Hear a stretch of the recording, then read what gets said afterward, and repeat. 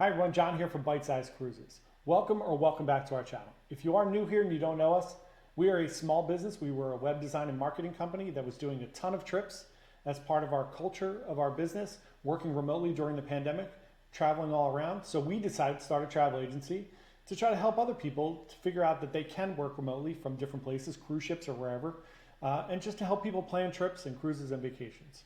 So come with us on this journey. Today we're going to talk a little bit about what it's like to cruise during the pandemic. In this first video, we're just going to give you a quick rundown about getting to the pier and getting on the ship.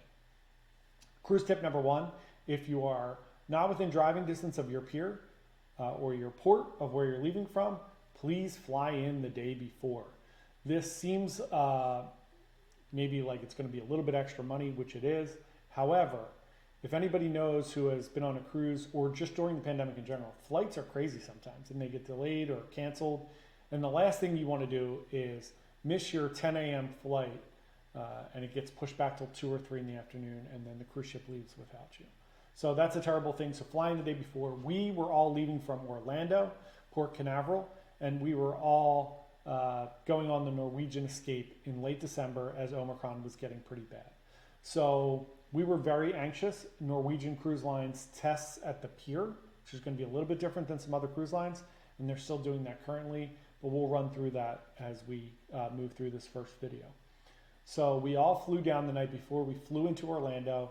It's about a 45-minute Uber ride to Port Canaveral, where most of us are staying, or on Cocoa Beach somewhere right there by the cruise terminal. So we all got there safely. We all got our Uber rides down, which is a little bit of an expensive Uber ride, just so you know, it's about $100. And then we all stayed at either Airbnbs, VRBOs, or hotels in that area so that we were pretty close to the pier. So I had a really early check-in time at the port at 9 a.m.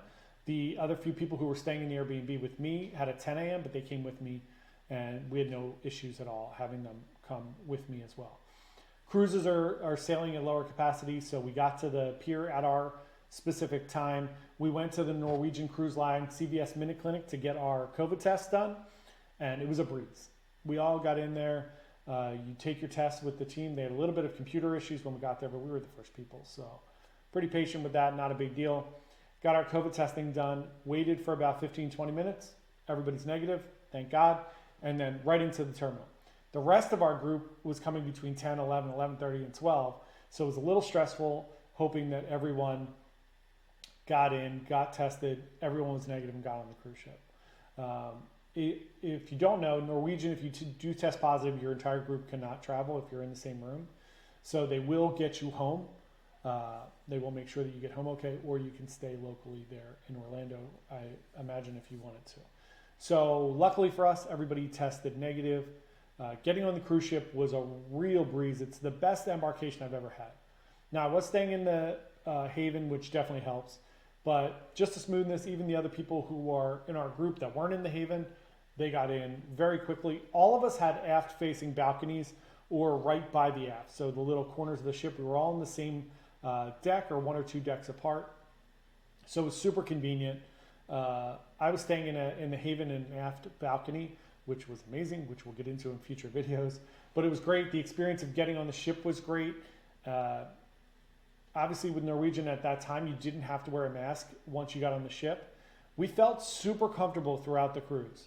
There was only a few times where we put masks on, and it was mostly in the theater, and people around us were like coughing, or people sat really close to us, so we put masks on. Otherwise, we were in our little bubble, and we felt very safe. All the staff has masks on, and it felt great. Norwegian also provides masks in your room for you to wear.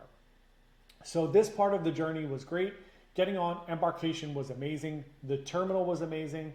No issues at all. We had our little talk in the Haven, giving us the rundown, and then we all met for lunch in the main dining room. Another tip, do not go to the buffet on embarkation day.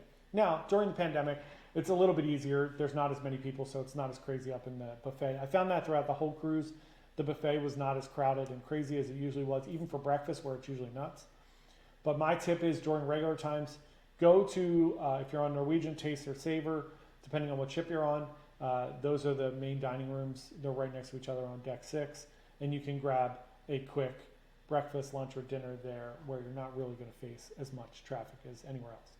So in the next video, we'll talk about the rest of the cruise, the entertainment, the shows, all of the amenities on board. We'll talk a lot about the Haven in a separate video, but we wanted to give you a quick one on what it's like to just embark and get on a cruise ship during the pandemic, especially with Omicron really ramping up at the time. So it was great. Norwegian did a great job. All of our people got on the ship great. In the next video, we'll talk about the other things. So we'll see you then. Again, if you like the video, please hit a little like down there and subscribe. It doesn't cost anything. It really helps us out. And we'll see you in the next video. Thanks so much.